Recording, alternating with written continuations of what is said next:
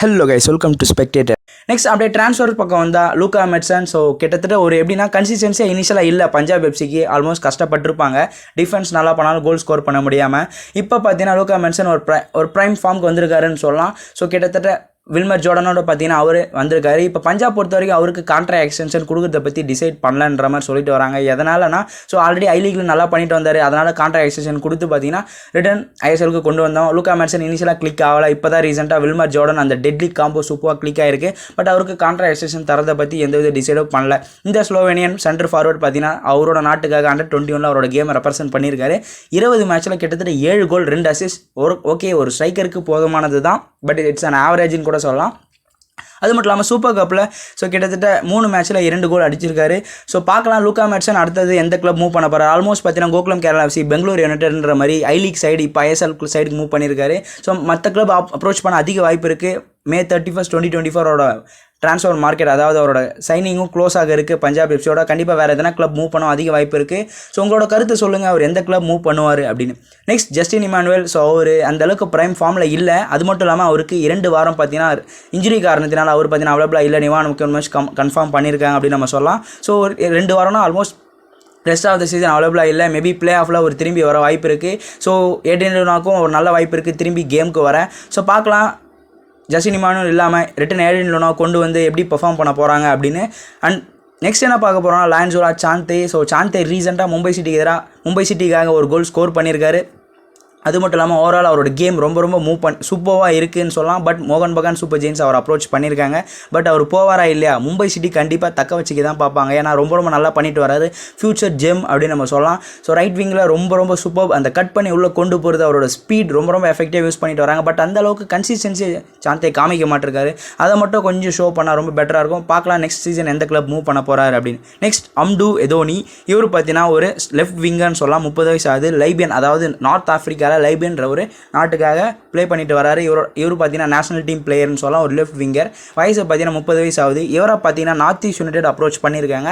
But அந்த அளவுக்கு இவர் ஒரு எக்ஸ்பீரியன்ஸ்னா 30 வயசு ஆகுது. பட் ரீசெண்டாக ஸ்டாட்ஸ் பொறுத்த வரைக்கும் அந்த அளவுக்கு இல்லை. 4 மேட்ச்சில் ஒரு கோல், அது மட்டும் இல்லாமல் 17 மேட்ச்சில் 2 அசிஸ்ட்ன்ற மாதிரி ரொம்ப போராக தான் இருக்குது. பட் நார்த் ஈஸ்ட் யுனைடெட் இங்கே கொண்டு வந்து அவரை ஃபார்முக்கு வர வச்சா கண்டிப்பாக பெட்டராக இருக்கும். தேவைப்பட்ட அட்டாக்கிங் மிட்ஃபீல்டர் அண்ட் ரைட் விங்கராக கூட ப்ளே பண்ணுற எபிலிட்டி இருக்குது. ஸோ பார்க்கலாம் லைபியன் ஸ்ட்ரைக்கர் லெஃப்ட் விங்கர் உள்ளே வருவாரா. அவருக்கு கான்ட்ராக்ட் எக்ஸ்டென்ஷன் 2025 வரையும் இருக்குது. மேபி அவர் லோன் மூலியமாக கொண்டு வர வாய்ப்பு இருக்குது. ஸோ பார்க்கலாம் நார்த் ஈஸ்ட் யுனைடெட் எப்படி கொண்டு வர போகிறாங்கன்னு. நெக்ஸ்ட் பெட்ரோ பனாலி அப்பப்போ இகாஸ் டீமாக்கை பற்றி எதனா சொல்லிட்டு தான் இருப்பார். நேஷனல் டீமோட கேம் இங்கே வந்து மேட்சை பார்த்து பிளேயர் எடுங்க, நீங்கள் பிக் கேமுக்கு போகாதுன்ற மாதிரி ஏகப்பட்ட கருத்து சொல்லிட்டு வருவார்.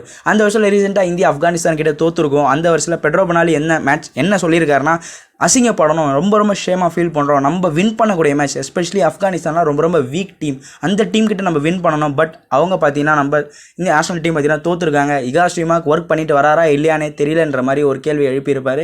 அண்ட் இவர் பார்த்தீங்கன்னா அவங்களோட கிளப் மட்டும் இல்லாமல் ஓவரால் இந்தியன் ஃபுட்பால் பற்றியும் அவரோட தாட்டை அடிக்கடிக்கு சொல்லிட்டு வராரு. ஸோ பெட்ரோ பனாலி இதை பற்றி உங்களோட கருத்து சொல்லுங்கள். கண்டிப்பாக வின் பண்ணக்கூடிய மேட்ச் தான். ஹோப் இகாஸ் டீமாக்கு வெளியே போகிறாரா. ஸோ அது 50-50 அமௌண்ட் இருக்குது. ஸோ இன் ஃபியூச்சரில் நம்ம அதை பற்றி டிஸ்கஸ் பண்ணுவோம். நெக்ஸ்ட் நந்தகுமார். ஸோ நந்தகுமார் பார்த்தீங்கன்னா ஐஎஸ்எல்ல rest of the season play பண்ண போகிறது இல்லை, ரூல்ட் அவுட் அப்படின்னு நம்ம சொல்லிட்டாங்க. ஸோ ஈஸ்ட் பெங்காலில் கொல்கத்தா டாபினா கண்டிப்பாக இவரோட கோல் அந்த பேரில் இருக்கும் அப்படின்னு நம்ம சொல்லலாம். ஸோ சப்ஸ்டியூட்டாக வந்தாலும் சரி, இனிஷியலாக ஸ்டார்ட் பண்ணாலும் சரி, அவரோட பேரை பதிச்சிருவார். ஸோ ஒரு பிக் கேமில் ஒரு முக்கியமான கோல், வின்னிங் கோல் ஸ்கோர் பண்ணுற எபிலிட்டி இருக்குன்னு சொல்லலாம் நந்தகுமார். இப்போ பார்த்தீங்கன்னா ரெஸ்ட் ஆஃப் த மேட்ச் அவர் அவைலபிளாக இல்லை. இன்றைக்கி நடக்கிற Kerala Blasters and East Bengal மேட்ச்லையும் அவைலபிளாக இல்லைன்னு சொல்லலாம். ஸோ பார்க்கலாம் நெக்ஸ்ட் சீசன் ஒரு ப்ரைம் ஃபார்மில் ரிட்டர்ன் வருவார் அப்படின்னு. நெக்ஸ்ட் இகாஸ் டீமாக் பார்த்தீங்கன்னா இப்போ ரீசெண்டாக எப்படி ஐஎஸ்எல் பிளேயர்ஸ் எல்லாம் தூக்கிட்டு போனார். ஸோ எஃப்சி கோவோட பிளேயராக இருக்கட்டும், அது மட்டும் இல்லாமல் யங் பிளேயர்ஸ் எல்லாமே கொண்டு போனார். பட் அந்தளவுக்கு ஆப்கானிஸ்தான் மேட்சஸில் வாய்ப்பு தரலை. ஸோ இப்போ ஜெய் குப்தாலாம் கொண்டு போயிருப்பார். இப்போ பார்த்தீங்கன்னா அடுத்த மே மந்த் பார்த்தீங்கன்னா கேம்ப் ரிட்டன் கத்தார் மேட்ச், அது மட்டும் இல்லாமல் குவைத் எதிர்கொள்ள போகிறாங்க. அதில் பார்த்தீங்கன்னா ஐ லீக் பிளேயர்ஸ் எல்லாம் கூப்பிட்டு போகிறேன் அப்படின்ற மாதிரி சொல்லிட்டு வராங்க. கண்டிப்பாக இவர் எப்படி கொண்டு போனாலும் அங்கே அந்தளவுக்கு வாய்ப்பு தரமாட்டார் தான். பட் அந்த ஒரு இன்டர்நேஷ்னல் கேம்ப், அந்த நேஷனல் டீம் கேம்ப் எக்ஸ்பீரியன்ஸ் எப்படி இருக்குன்னு அந்த பிளேயர்ஸ்க்கு கொடுக்க வாய்ப்பு இருக்குது. ஹோப் இது ஒரு குட் மூவ்னு தான் சொல்லலாம். ஏன்னா ஐ லீக் பிளேயர்ஸ் ஒரு பெட்டர் எக்ஸ்போஷர் கிடைக்கிறதுக்கு பெட்டராக இருக்கும். பட் இன்னொரு பக்கம் ஸோ அந்த மே மந்தோட அந்த 2 மேட்ச் ரொம்ப முக்கியம். இவர் இருப்பாரா இருக்க மாட்டாரா அப்படின்னு.